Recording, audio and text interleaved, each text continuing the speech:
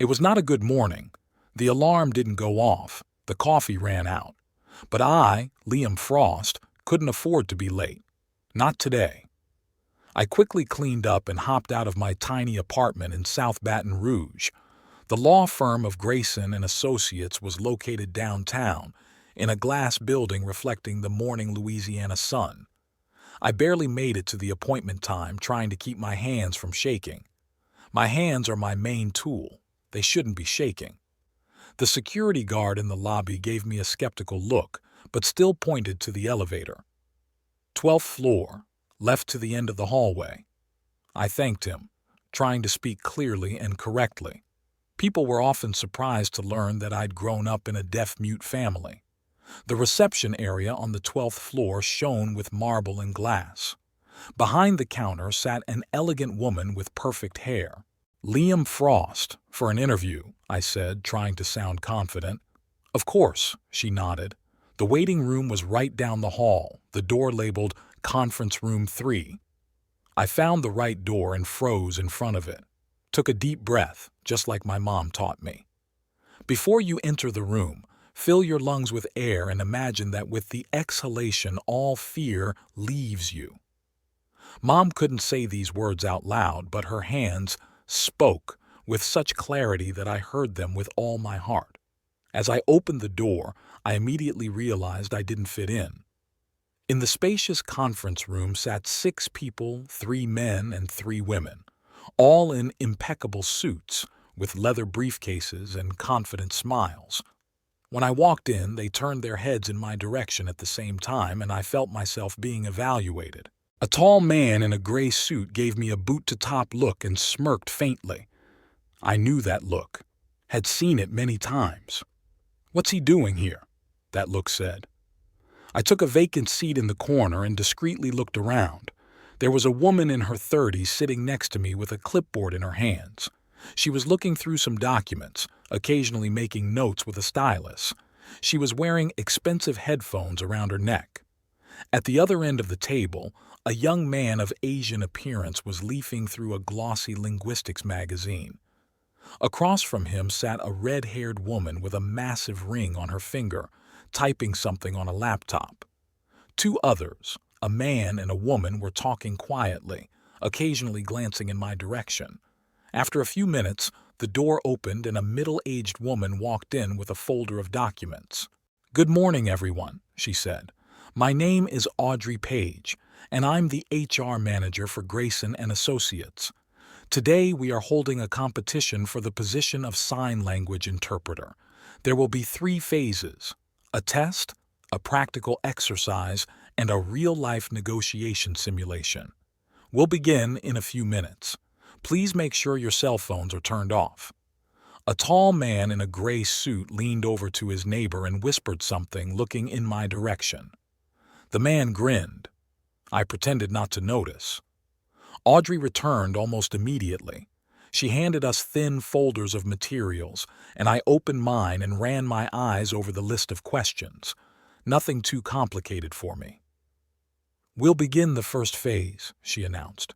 "You have 10 minutes to complete the test. Please write legibly." I answered all the questions quickly. Finishing a little before the others, I sat and watched the others. The woman with the clipboard was biting her lip. The redhead was frowning now and then. The tall man in gray was writing with a confident look, but I noticed him changing his answer to the same question twice. Audrey collected the papers and announced a short break before the second stage. "The practical exercise will take place in the next room," she said. "Please follow me." In the next room there were chairs in a semicircle. In front of them was a large screen.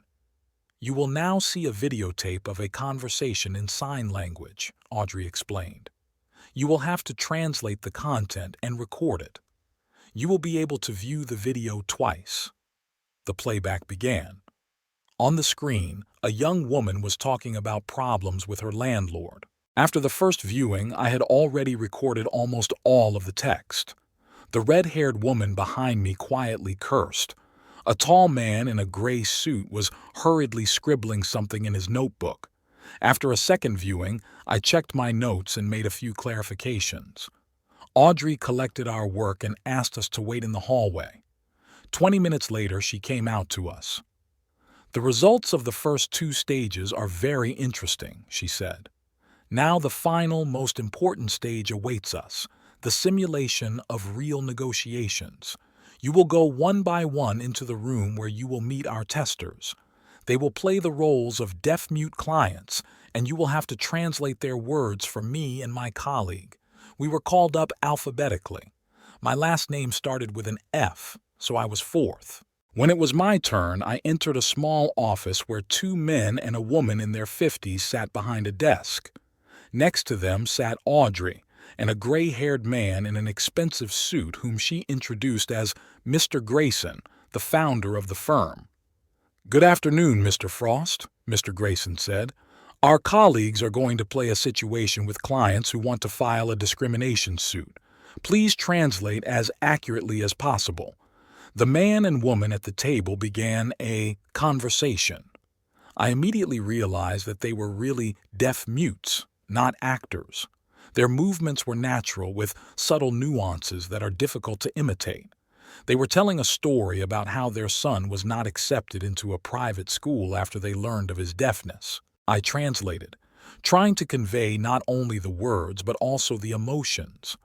When the woman described how the school principal avoided looking her in the eye, I conveyed both her bitterness and her outrage. Mr. Grayson asked clarifying questions. I translated them into sign language and then broadcast the answers. At one point, the man used an idiomatic expression that literally could not be translated. I thought for a moment, searching for an equivalent. "He says he felt like a fish that had been thrown ashore and was being watched as it suffocated," I translated.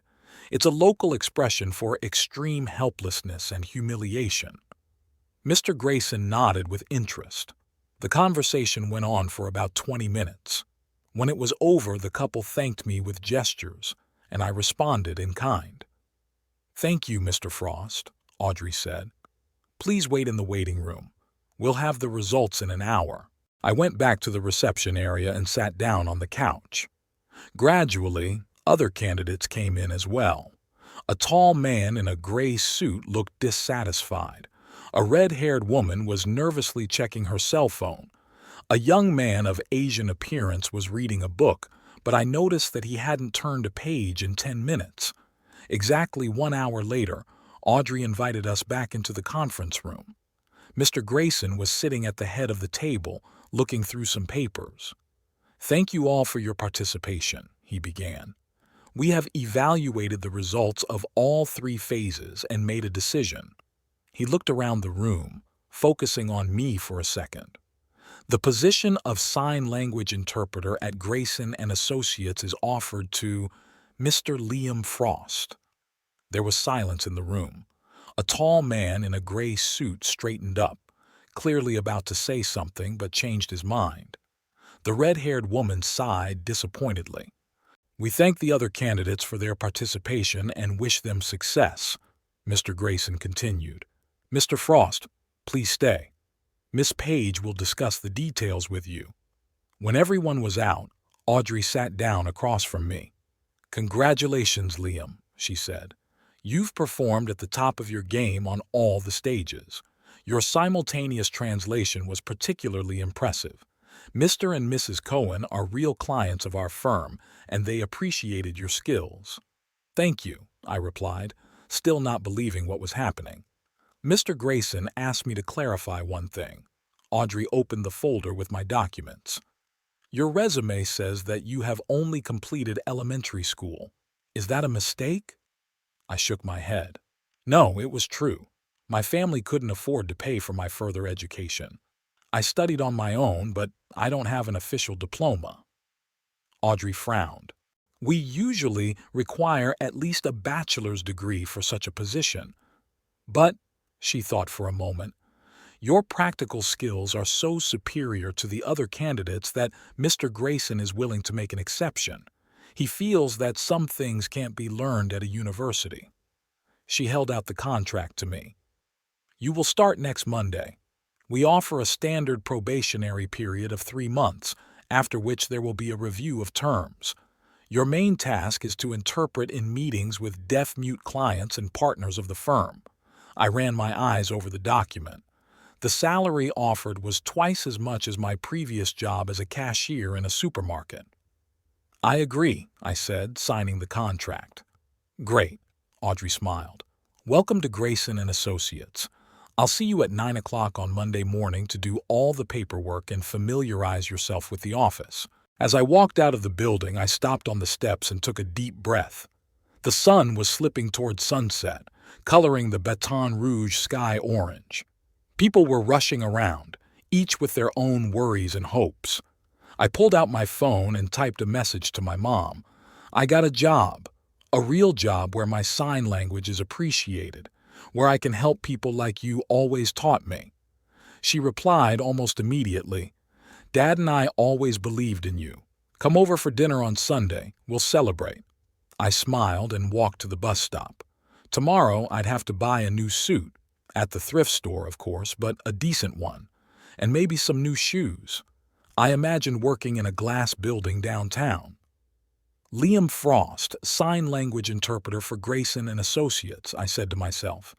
It sounded almost unrealistic, but the contract in my bag confirmed it was true, my new reality. On Monday, I arrived at the office a half hour before the appointed time.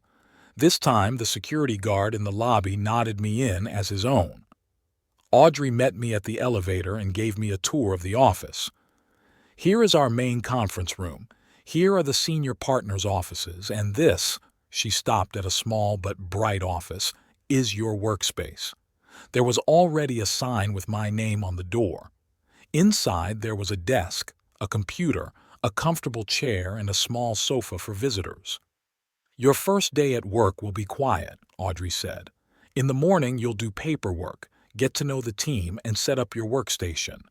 In the afternoon you'll meet with Mr. Grayson and one of our most important clients, the Mitchell family. They own a major real estate chain in Baton Rouge and are longtime partners of the firm. Are they deaf and dumb? I asked. Yes, Audrey nodded. Mr. and Mrs. Mitchell lost their hearing as children due to an illness. They are very successful businessmen and nice people, but communicating with them requires special skills.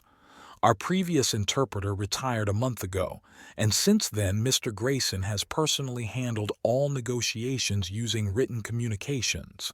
But it's inefficient. The day flew by. I filled out paperwork, set up my computer, and got to know my co-workers. Most of them were friendly. At 3 o'clock in the afternoon, Audrey came to get me. The Mitchells are in the conference room with Mr. Grayson. Come on, I'll introduce you. Mr. and Mrs. Mitchell appeared to be an elegant couple in their 60s. He was tall, trim, with a neat gray beard. She was slim, with a short haircut and attentive eyes. Both were dressed expensively but not flashy. Mr. Grayson introduced me, and I said hello to them in sign language, adding the local gesture of greeting used in Louisiana. Mrs. Mitchell's eyes widened in surprise, and Mr. Mitchell smiled. Finally, someone who knows our dialect, he revealed. I spent the next 2 hours translating the discussion of a new project. The Mitchells were planning to build an apartment complex with special accommodations for people with disabilities. Mr. Grayson advised them on the legal aspects of the project. When the meeting was over, Mr. Mitchell approached me and gestured for me to ask where I had learned to understand their dialect so well. My parents are deaf-mutes, I replied. I grew up communicating in sign language, and we moved around a lot. It's noticeable, he pointed out. After the Mitchells left, Mr. Grayson shook my hand. Great job, Liam. The Mitchells are not easy clients, but you handled it superbly. Thank you for your confidence, sir, I replied.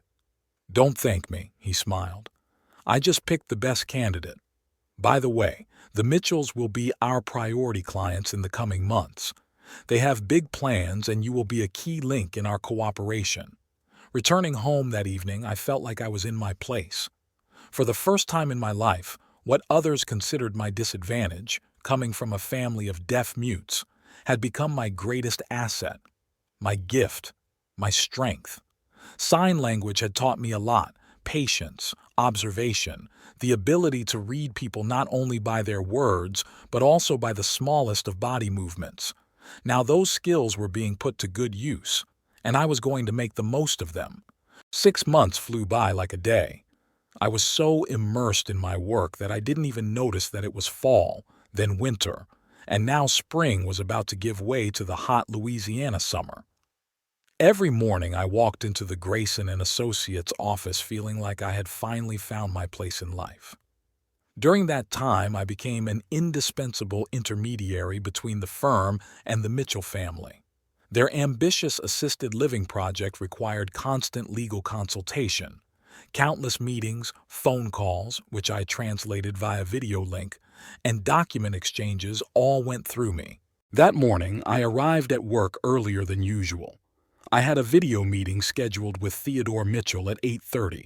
He wanted to discuss some details before the main meeting. As I walked past the reception area, I noticed an unusual buzz.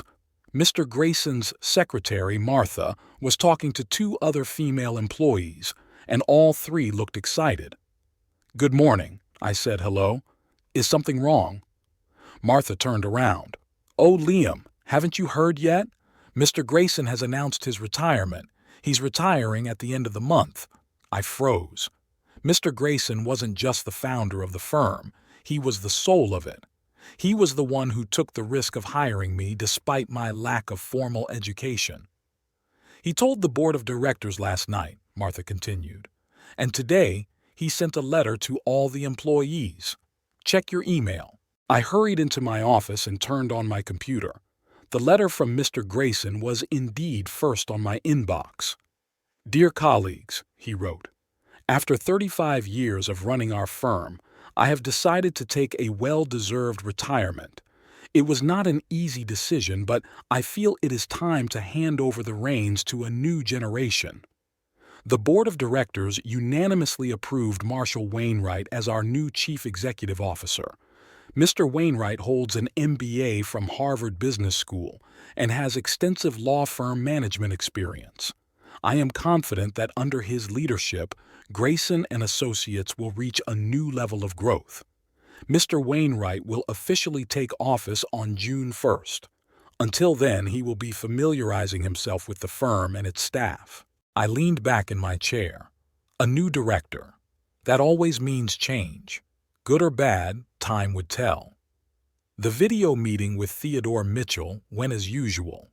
I didn't mention the news of the change in leadership. I wasn't sure if he already knew about it and how he would react. After lunch, Mr. Grayson gathered all the employees in a large conference room to personally announce his decision and introduce his successor.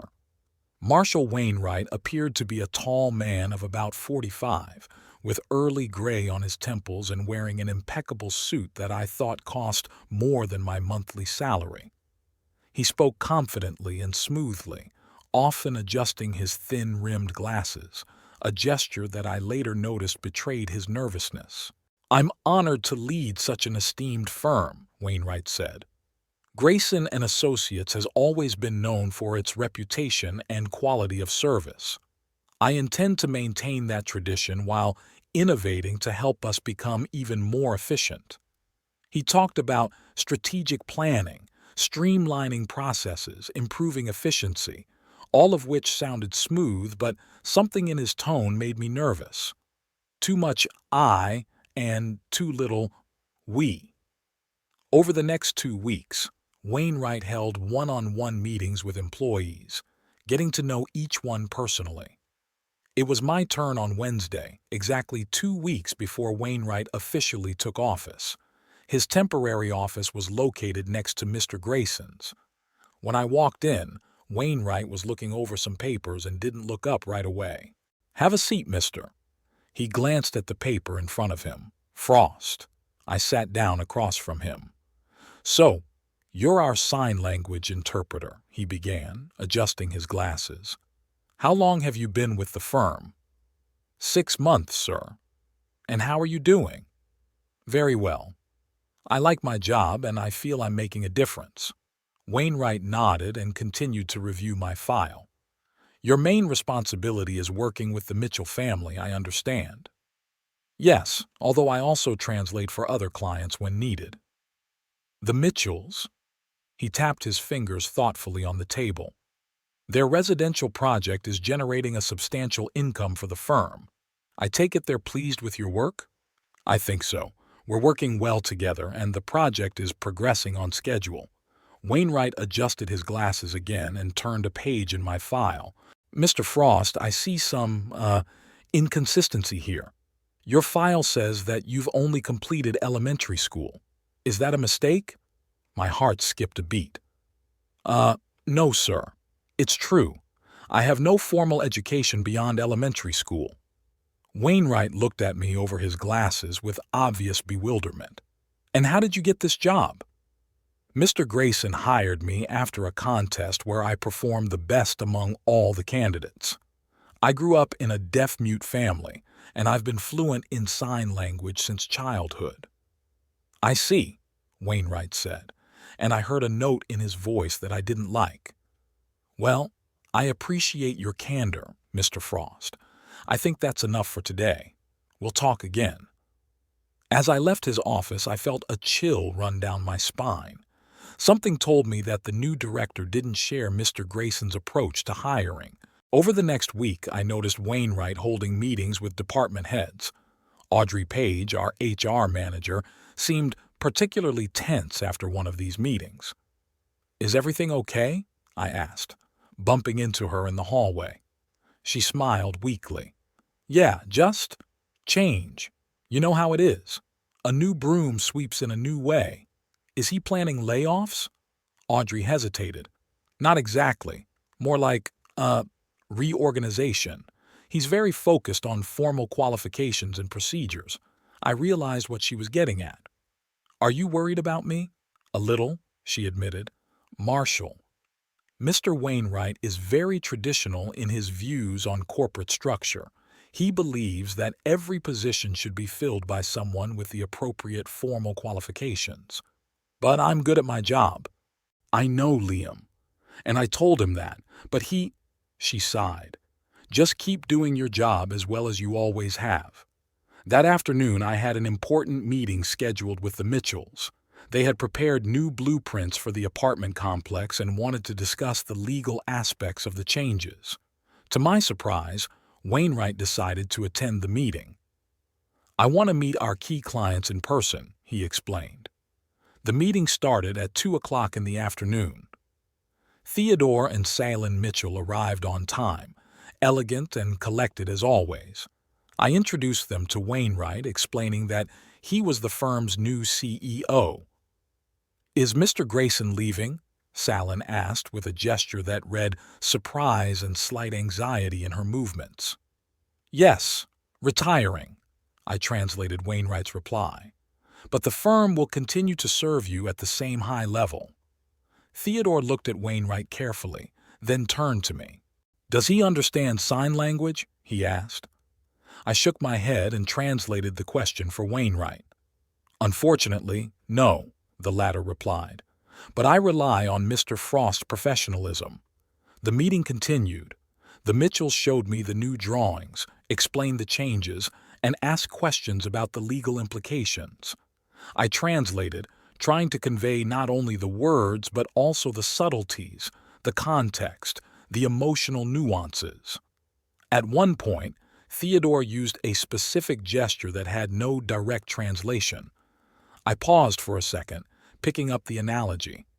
He says that the design of a building should breathe with its occupants, I translated. It's a local expression meaning a deep harmony between the space and the people who live in it. Wainwright frowned but said nothing. Celine smiled at me and gestured her thanks for the accurate translation. After the meeting, Wainwright detained me. Mr. Frost, I have noticed that you sometimes interpreting, not just translating. Some expressions in sign language have no direct equivalents in English, I explained. Sometimes you need to convey meaning rather than a literal translation.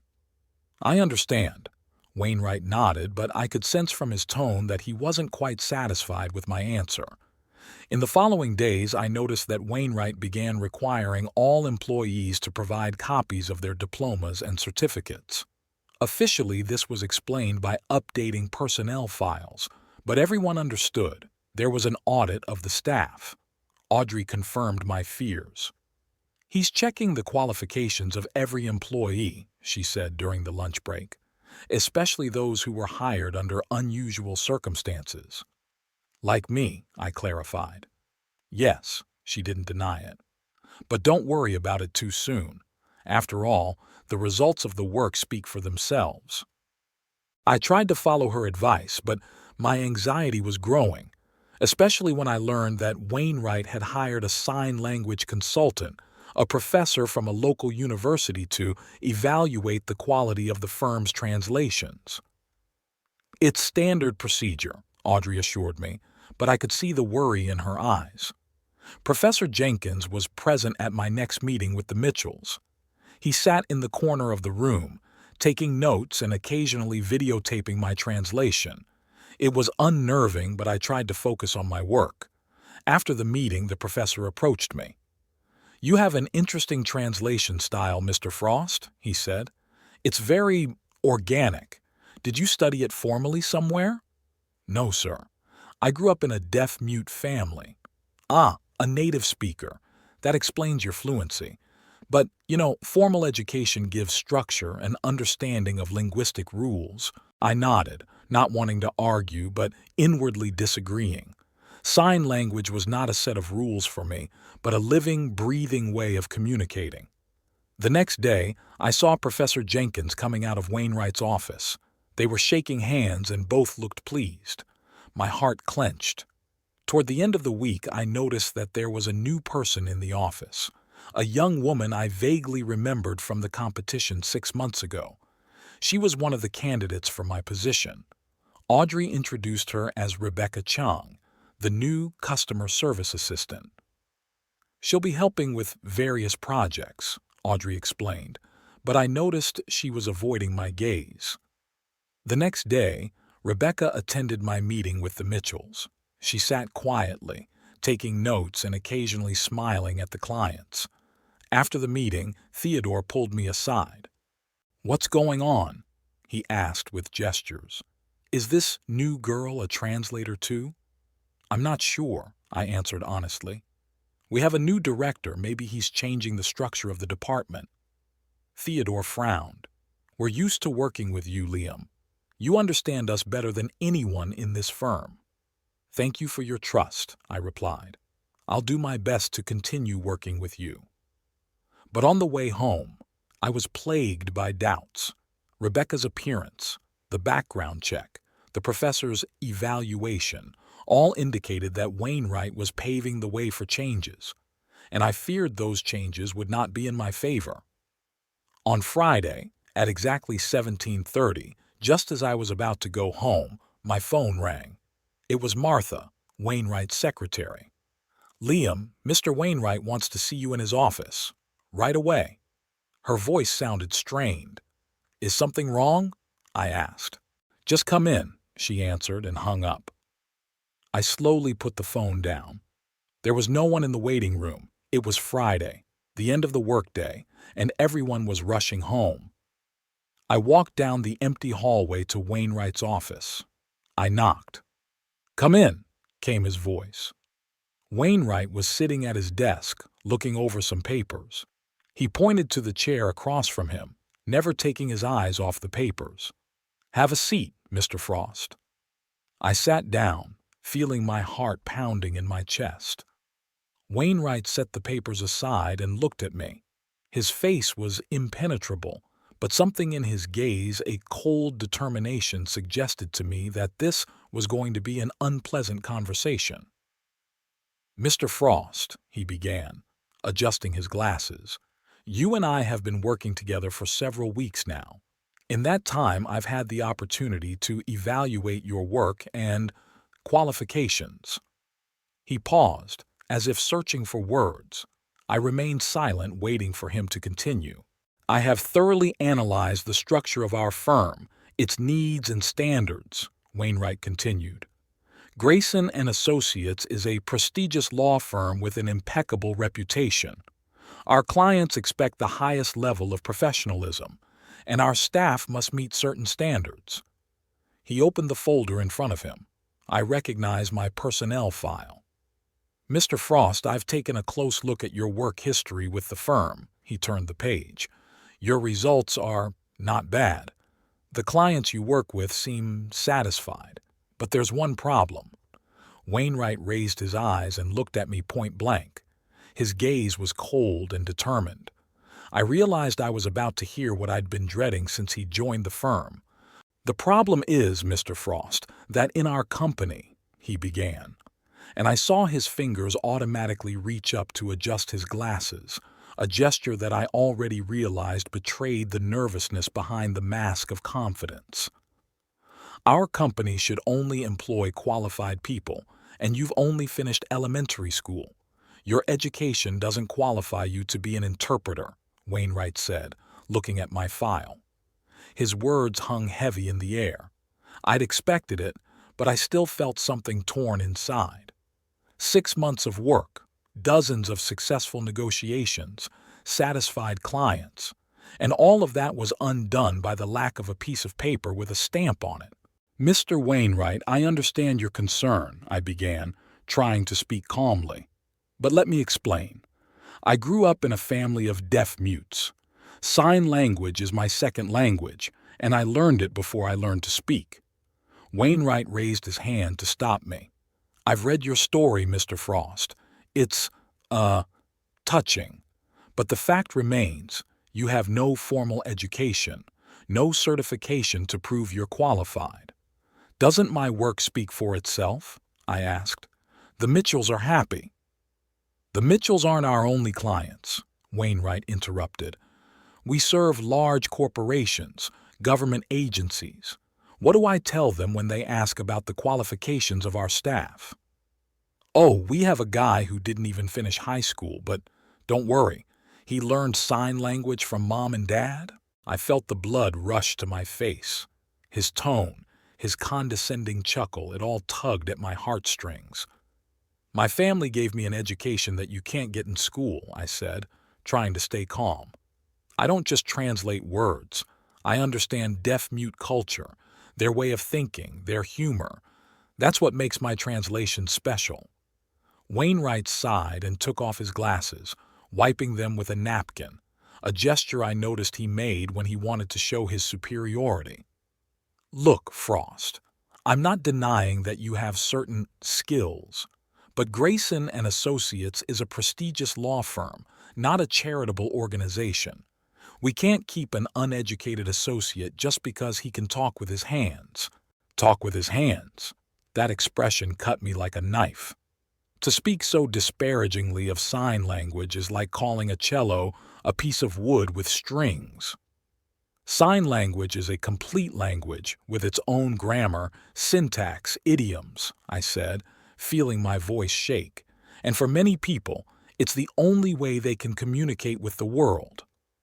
I didn't invite you here for a linguistic discussion, Wainwright said. The fact remains that you don't meet the firm's qualifications. I've already found a replacement. Miss Chang has a bachelor's degree in linguistics and is certified as a sign language interpreter. She'll start working with the Mitchells next week. Rebecca Chung, I interjected. She was one of the candidates in the contest I won. She couldn't even translate the basic idioms of the Louisiana dialect. She has a diploma, Wainwright retorted, and a certificate, and she's capable of learning. Unlike you, she has a foundation. I clenched my fists under the table. There was no point in arguing further. I could see it in his face. He'd already made up his mind. I'm sorry, Mr. Frost, but I'm going to have to fire you, Wainwright said, handing me an envelope. Here's your 2 weeks severance pay and all the necessary paperwork. Your badge will be deactivated at midnight tonight. I took the envelope. It was heavy, like a judgment, like confirmation that for people like Wainwright, a piece of paper with a stamp on it would always trump real skills and experience. I need to get my personal effects out of my office, I said. Sure, Wainwright nodded. You have until the end of the day. I stood up, feeling strangely numb. 6 months of work, hopes, plans, all crumbling overnight. "Mr. Frost," Wainwright called out to me when I was already at the door. "If you're interested in my opinion, you might want to consider getting an education. You could do a lot with your skills and your diploma." I turned around and looked at him. He was sitting in Mr. Grayson's chair, but he looked alien, like a man trying on a suit. "Good luck with the next negotiation," I said calmly. Wainwright frowned, catching the note of irony in my voice. "What do you mean?" "Nothing in particular," I replied. "Just wishing me luck. Your firm needs it." His face contorted with anger. "I don't tolerate sarcasm from subordinates, Mr. Frost, especially former employees. I'd like you to leave the building immediately." "If you say so." I nodded and walked out, closing the door carefully behind me. The hallway was quiet. Most of the staff had already left. It was Friday, the end of the workday. I walked slowly to my office, trying to realize what had just happened. 6 months of work, a place where I felt needed, useful, all gone in an instant because of one person's prejudices. I walked into my office, soon to be a stranger's office, and looked around. On the desk was a picture of my parents, on a shelf a few books on sign language that I'd bought to better understand the history and theory of language that Wainwright valued so much. In a desk drawer were my notes for the Mitchells' negotiations, the diagrams, the sketches of gestures I'd made to better convey technical terms. I pulled my bag out of the closet and started packing. My hands moved mechanically. My mind was a fog. What will I tell my parents? How would I explain that I wasn't fired for a bad job, but for not having a piece of paper? They were always so proud of me, especially when I got this job. As I was putting my books away, there was a knock on the door. Audrey stood on the doorstep, her face a look of genuine sympathy. "Liam," she began, "I just found out. I'm so sorry." "It's not your fault," I said as I continued packing. "I tried to talk to him," Audrey continued, walking into the office and closing the door behind her. "I explained how valuable you were to the firm, how pleased Mr. Grayson was with you, but Wainwright—" "He wouldn't listen," I finished for her. "I know he didn't. All he cares about are diplomas and certificates. He doesn't realize how important you are." Audrey shook her head. "Especially to the Mitchells. They trust you." I grinned bitterly. "And now they'll have to settle for Rebecca Chang, who can't tell the difference between the Louisiana dialect and the California dialect." "I heard she's taking a crash course in dialects," Audrey said. "Wainwright hired a tutor for her." "A tutor is no substitute for years of face-to-face interaction," I shook my head. "Sign language isn't just hand movements. It's facial expression, body posture, even breathing. It's a culture, a way of thinking. You can't learn it all in a week." Audrey sighed and sat down on the edge of the table. "You know, I've worked here for 12 years. I've seen employees come and go, but I don't remember this kind of injustice." I closed my bag and slung it on my shoulder. "Life is rarely fair," I said. "My parents taught me that a long time ago." We walked out of the office. I took one last look at the sign with my name on the door. I wondered how quickly it would be replaced. "I'll walk you out," Audrey said, and we went to the elevators. The first-floor lobby was empty, with only the security guard, Jim, sitting behind the counter looking at something on a monitor. He looked up as we approached. "Leaving already, Liam?" he asked. "You usually work late on Fridays." "I'm leaving for good today, Jim," I replied. "I've been fired." Jim whistled. "That's news. What happened?" "It turns out I'm not qualified to work here," I said with a bitter chuckle. "That's bullshit," Jim shook his head. "You're one of the smartest guys in this firm."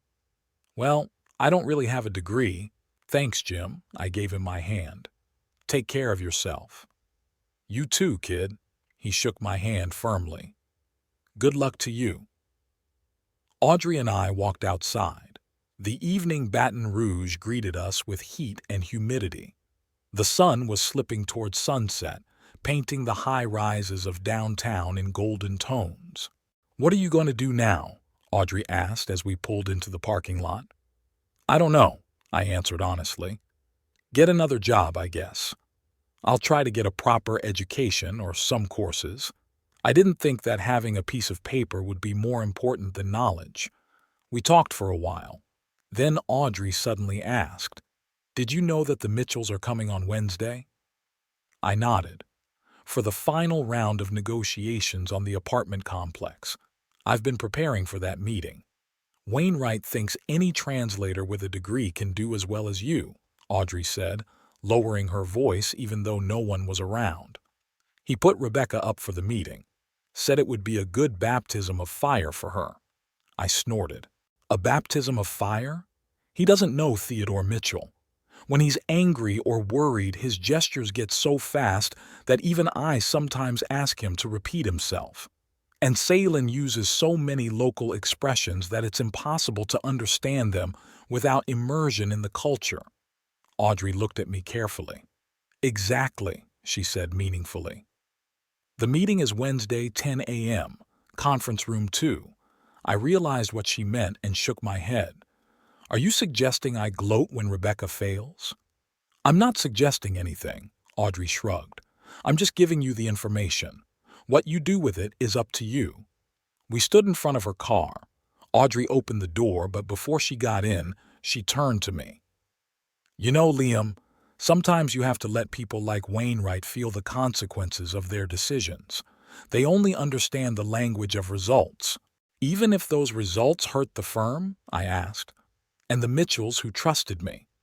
"Sometimes you have to take a step back to make people realize your value," Audrey said. "That's not gloating. It's a lesson." She got in the car and rolled down the window. "Call me if you need anything. And don't give up, Liam. You're too talented to bury your gift." I nodded and she drove away. I was left alone in the parking lot with a bag full of stuff and a heaviness on my heart. On the way home, I pondered Audrey's words. Was she right? Should I have let Wainwright and Rebecca face reality on their own? Or should I have stepped in somehow, helped the Mitchells despite being fired? My apartment greeted me with silence. I threw my bag on the floor and sat on the couch, feeling drained. I should have called my parents, told them what had happened. But what would I say? How would I explain that my skills, which they were so proud of, were insufficient due to my lack of formal education? I pulled out my phone and dialed the video call. Mom answered almost immediately. Her face lit up with a smile when she saw me, but immediately became concerned. She always sensed my mood. "What's wrong?" she asked with gestures. "I got fired," I replied. "Why? Did you do something wrong?" "No.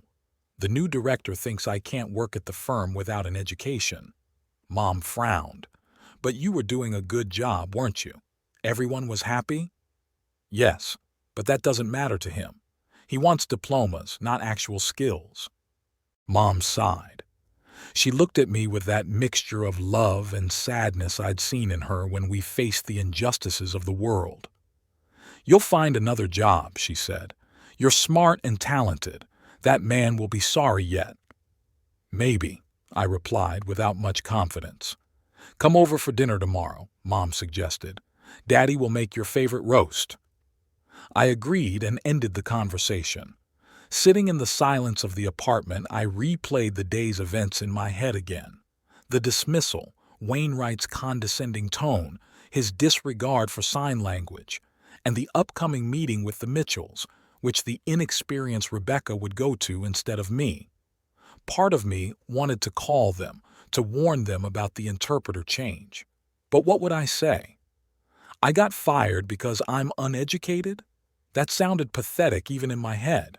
The other part pondered Audrey's words. Maybe she's right. Maybe Wainwright should experience firsthand that not all skills can be validated with a diploma. That sign language isn't just a set of movements you can learn from a textbook. I put the folder aside and lay back on the couch, staring at the ceiling. Tomorrow I'll go to my parents, tell them everything in detail. And then I'll start looking for a new job. Maybe I'll find a place that values real skills over paperwork. But I couldn't stop thinking about the Mitchells. They trusted me. They were used to working with me. And now, at the final stage of an important negotiation, they would have to get used to a new interpreter who didn't understand their dialect, their jokes, their way of communicating. I remembered what Theodore had once said to me after a successful negotiation. You don't just translate our words, you translate our thoughts. It was the best compliment I had ever received. Now in my place will be Rebecca Chang with her degree and certification, but no understanding of the soul of sign language. How will she handle Theodore's quick, emotional gestures? How would she capture the subtle nuances of Saylin's expressions? I closed my eyes, feeling tired from all these thoughts. Tomorrow. I'll think about all of this tomorrow. But today, I just needed to get through this day, this blow of fate, this sense of injustice. My phone vibrated, a message from Audrey. Are you okay? If you need to talk, I'm here. I texted back, I'm fine. Thanks for your support. I'll be looking for a new job. She replied almost immediately. I'm sure you'll quickly find a place where you'll be appreciated. Don't lose faith in yourself. I smiled. At least not everyone at Grayson and Associates shared Wainwright's views. I woke up the next morning with a heaviness in my chest, but also with some determination. Life doesn't end with one layoff. I updated my resume, sent it out to several places that needed sign language interpreters. Though, of course, without formal education, the chances were slim. After lunch, I drove to my parents' house. Their home in the suburb of Baton Rouge was a symbol of stability and support for me. Dad worked as a carpenter, Mom as a seamstress. They created a cozy world where deafness wasn't a disadvantage, just a different way of experiencing the world. I told them the whole story, about the new principal, about his prejudices, about how he valued paperwork over real skills. The parents listened attentively, their hands moving from time to time, asking clarifying questions. The man is stupid, Dad said after my story. He doesn't realize that the most important education is the one that gives you life. But that's the way the world works, Mom sighed. People want proof, certificates, diplomas. Maybe I should get an education, I asked. Go to college, get a degree. If you want to, Dad replied. But not because this man made you feel inferior. It's because you need it. We ate dinner, talking about various things, but the thought of the Mitchells' upcoming meeting with Rebecca Chang never left my mind. I imagined Theodore getting annoyed at not being adequately translated, Saylin getting frustrated at seeing that she wasn't being understood. Returning home late that night, I sat down and wrote a letter. Not to the Mitchells. I didn't want to undermine the credibility of the firm they were working with. And not to Wainwright. He wouldn't listen anyway. I wrote a letter to Rebecca Chang. Dear Rebecca, I began, you don't know me, but I know that you will be replacing me in the translator position at Grayson and Associates. I want to share with you some observations about the Mitchells you'll be working with. I described the peculiarities of their dialect, their favorite expressions, topics they care about, topics best avoided. I described how Theodore uses gestures when he is nervous, and how Saylin likes to make jokes using sign language wordplay. When I finished the letter, I reread it, and then I deleted it. No, that's not my way. If Wainwright wants to learn from his own mistakes, so be it. Wednesday morning, I woke up with an uneasy feeling. Today was going to be the day of the meeting. I envisioned the Mitchells walking into a familiar conference room expecting to see me, and instead meeting an unfamiliar girl. I tried to distract myself by sending out a few more resumes, calling an old friend, jogging in the park. But my thoughts kept coming back to what was happening at Grayson and Associates. Around 11 o'clock, the phone rang. The number was unlisted. I answered it with some apprehension. Liam Frost, came the familiar voice of Martha, Mr. Grayson's secretary. Yes, it's me, I answered. "Liam, you're needed here. It's urgent." I could hear the panic in her voice. "What's wrong?" I asked, even though I already knew. "The Mitchells. They—" she stammered. "Just come, okay? Wainwright is furious and negotiations are on the verge of breaking down." I was quiet. Part of me wanted to say, "It's not my problem anymore." But the other part of me was thinking about the Mitchells, about their project, about how important these negotiations were. "I'll be there in 20 minutes, I said, and hung up. Audrey was waiting for me in the lobby. I could see her from the street through the glass doors. "Liam!" she exclaimed, running up. "You're here! Oh, thank God!" "What happened?" I asked, even though I already knew. "A disaster," Audrey blurted out. "The negotiations are going terribly. Rebecca can't cope. The Mitchells are furious. Wainwright's panicking. You have to help." I shook my head. "I got fired, remember? Wainwright made it clear that he didn't need my services." "Forget your pride," Audrey exclaimed. "We're talking about millions of dollars and the firm's reputation, and the Mitchells project, which might not happen because of this misunderstanding." I hesitated. Help Wainwright after he humiliated me? Save the day for a man who thought I was unqualified because I didn't have a degree? "Please," Audrey said pleadingly, "not for Wainwright's sake, for the Mitchells, for a project that would help so many people." She was right. The Mitchells' apartment complex was designed specifically for the hearing impaired. It was an innovative project that could change the lives of so many. "Okay," I said, "but I'm not going to humiliate myself in front of Wainwright." "Just help with the negotiations," Audrey said quickly. "The rest doesn't matter." We hurried into the building. The guard, Jim, saw me and raised his eyebrows in surprise. "I thought you were fired," he said. "I am," I replied. "I'm here unofficially." Jim smirked and let us through without further question. In the elevator, Audrey gave the details. "Rebecca doesn't understand half of what the Mitchells say. She translates with difficulty. Theodore has already stopped the meeting 3 times to make sure he was understood correctly." "And Wainwright?" I asked. "Panicked," Audrey snorted. "Outwardly calm, but adjusting his glasses every 5 seconds. I've never seen him so confused." The elevator stopped on the 12th floor. We hurried to conference room number 2. Through the glass wall I could see that chaos reigned inside. Theodore Mitchell stood, gesticulating vigorously, his hands moving with such speed and emotion that even I, with my experience, had trouble grasping the meaning. Salen sat next to him, her face a mixture of anger and frustration.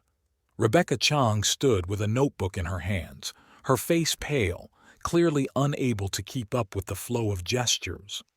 Wainwright paced the room, adjusting his glasses now and then, his usual self-assurance evaporating. I took a deep breath and opened the door. All heads turned in my direction. There was a look of surprise on the Mitchells' faces, followed by relief. Rebecca looked like she'd seen a lifeline in a raging sea. And Wainwright, his face went through a whole gamut of emotions, from surprise to indignation, then to embarrassment, and finally to reluctant recognition of the need for my help. "Mr. Frost," he began, trying to maintain his dignity. "This is unexpected." "I was in the neighborhood," I said calmly. "Miss Page said you were having some difficulty communicating." Theodore Mitchell began to gesticulate rapidly. "Liam, finally! That girl doesn't understand a word we're saying." "Mr. Mitchell says he's glad to see me," I translated, softening his words.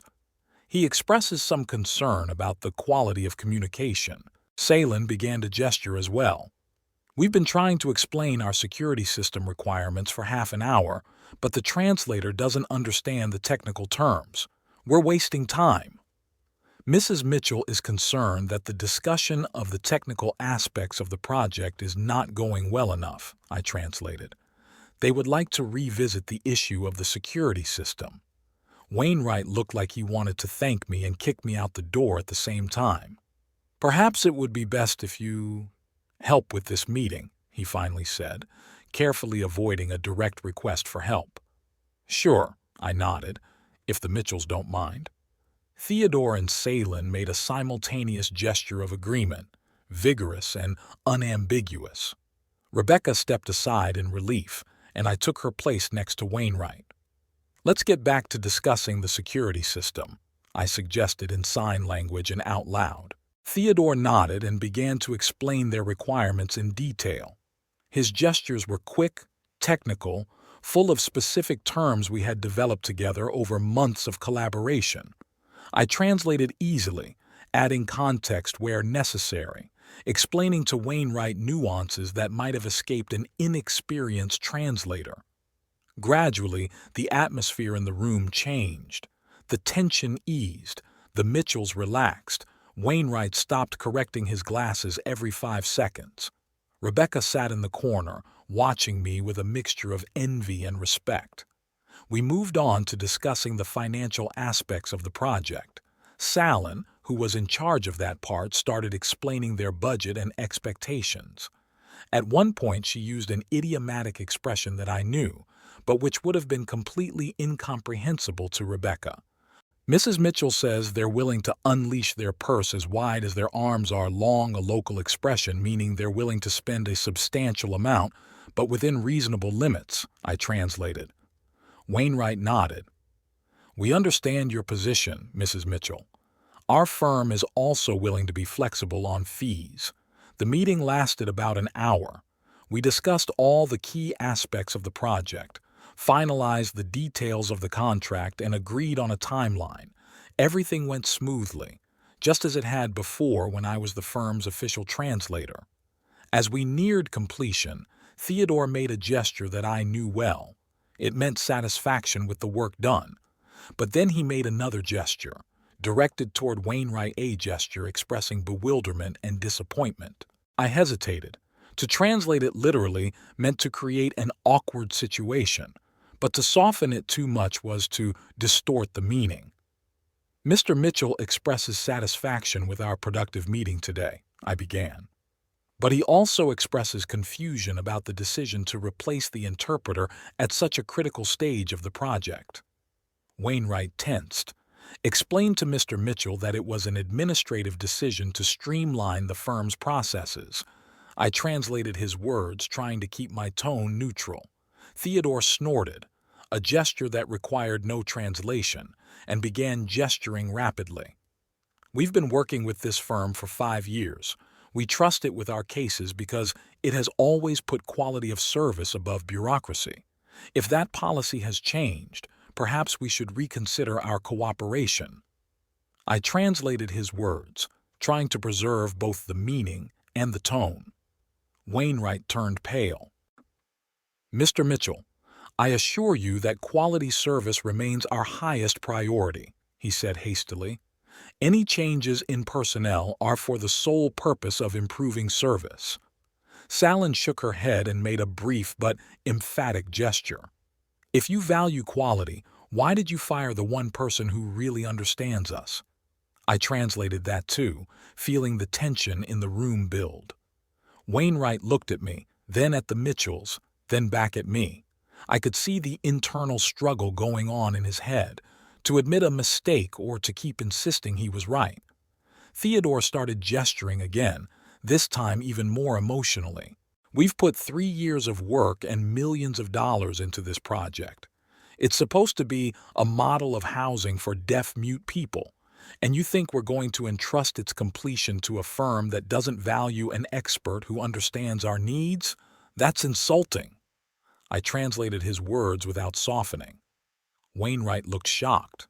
Mr. Mitchell, please, let's not make any hasty decisions, he said, his voice trembling slightly. We appreciate our cooperation and will do our best to accommodate your needs. Salen stood up and began gesturing so quickly that even I could hardly keep track. Her gestures were abrupt, emotional. Her body language screamed outrage. We've spent time today trying to explain basic things to an interpreter who doesn't understand our dialect. This is disrespectful to us and our time. If you can't provide us with quality communication, we will find another firm that can. I translated, trying to convey the emotionality of her statement. Rebecca, in the corner of the room, looked stunned. Wainwright nervously adjusted his glasses.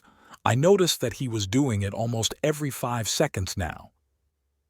"Mrs. Mitchell, Mr. Mitchell," he began, his voice sounding almost pleading. "I assure you this is a misunderstanding. We will rectify the situation immediately." Theodore shook his head and made a decisive gesture. "We are leaving. When you decide what's more important to you, bureaucracy or customers, let us know. We have until the end of the week to decide whether to continue our cooperation." I translated, feeling the atmosphere heat up. Wainwright looked like he'd been kicked in the butt. "Mr. Mitchell, please, let's discuss this," he said. "We can find a solution that will satisfy everyone." But the Mitchells had already gotten up and started gathering their papers. Their faces expressed determination. Salen made one last gesture, turning to me. "Liam, you know how to contact us. We'd prefer to continue working with you." I nodded but didn't translate that. I didn't want to make the situation worse. The Mitchells headed for the door. Wainwright looked lost. He glanced back and forth at the departing customers, then at me, not knowing what to do. "They're leaving," I said quietly. "And they're ready to break the contract." "Break the contract?" Wainwright asked, his voice shaking. "But we're talking about millions of dollars." "I know," I nodded. "This project isn't just business to them. It's a mission, and they want to work with people who share their values." Wainwright ran his hand over his face, looking completely defeated. "What did they say? What would it take to get them to stay?" I looked at him, pondering whether to tell the truth. But lying wouldn't help anyone. "They want to work with an interpreter who understands them," I said simply. "Someone who knows their dialect, their way of thinking, their values." Wainwright looked at me, and I saw understanding in his eyes.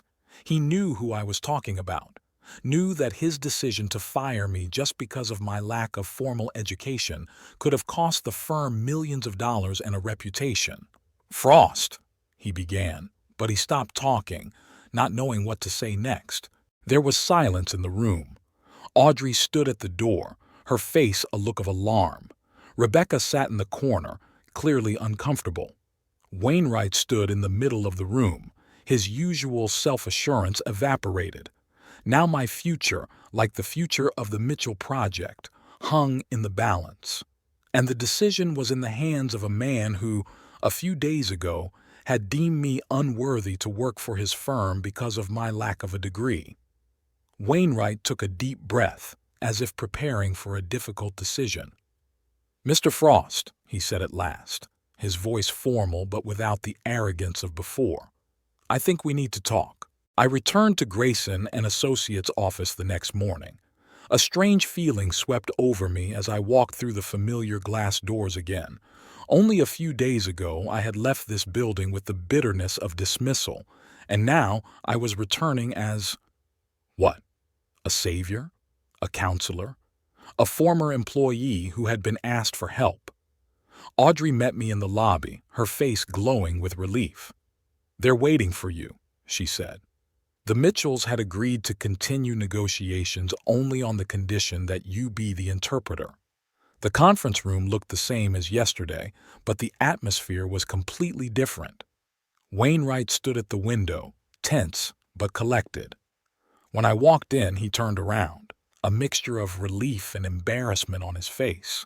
The Mitchells were sitting at the table with cups of coffee. When they saw me, they brightened. Theodore made a quick gesture of greeting, and Celine smiled so warmly that I immediately felt needed.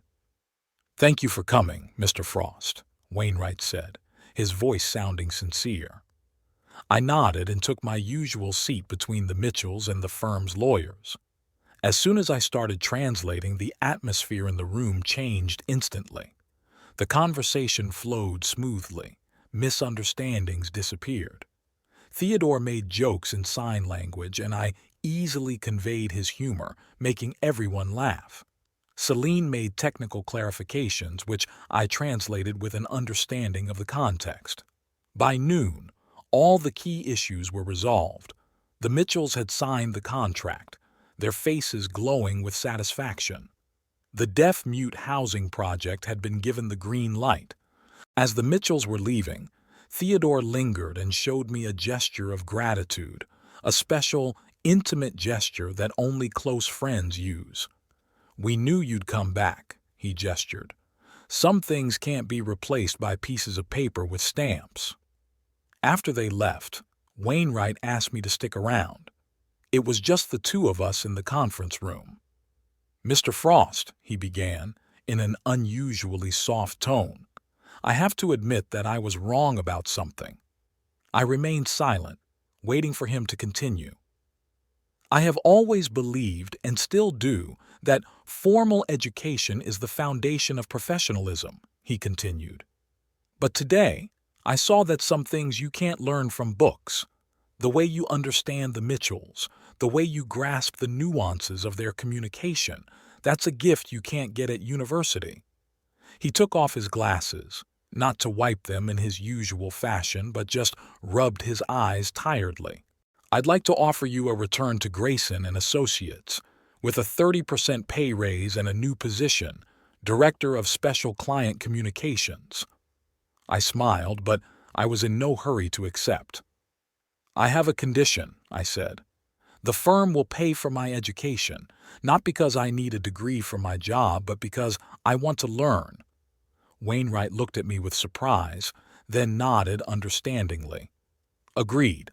Full tuition at any university you choose, and a flexible work schedule so you can combine your studies and work." We shook hands, sealing the deal. I noticed that he was no longer adjusting his glasses, a gesture that used to give away his uncertainty. As I walked out of the building, I felt a strange calmness. Not only did I have my future in my hands, but I also understood an important lesson. A person's true worth is not determined by papers with seals, but by what they can actually do. And sometimes you have to lose your job to prove your indispensability.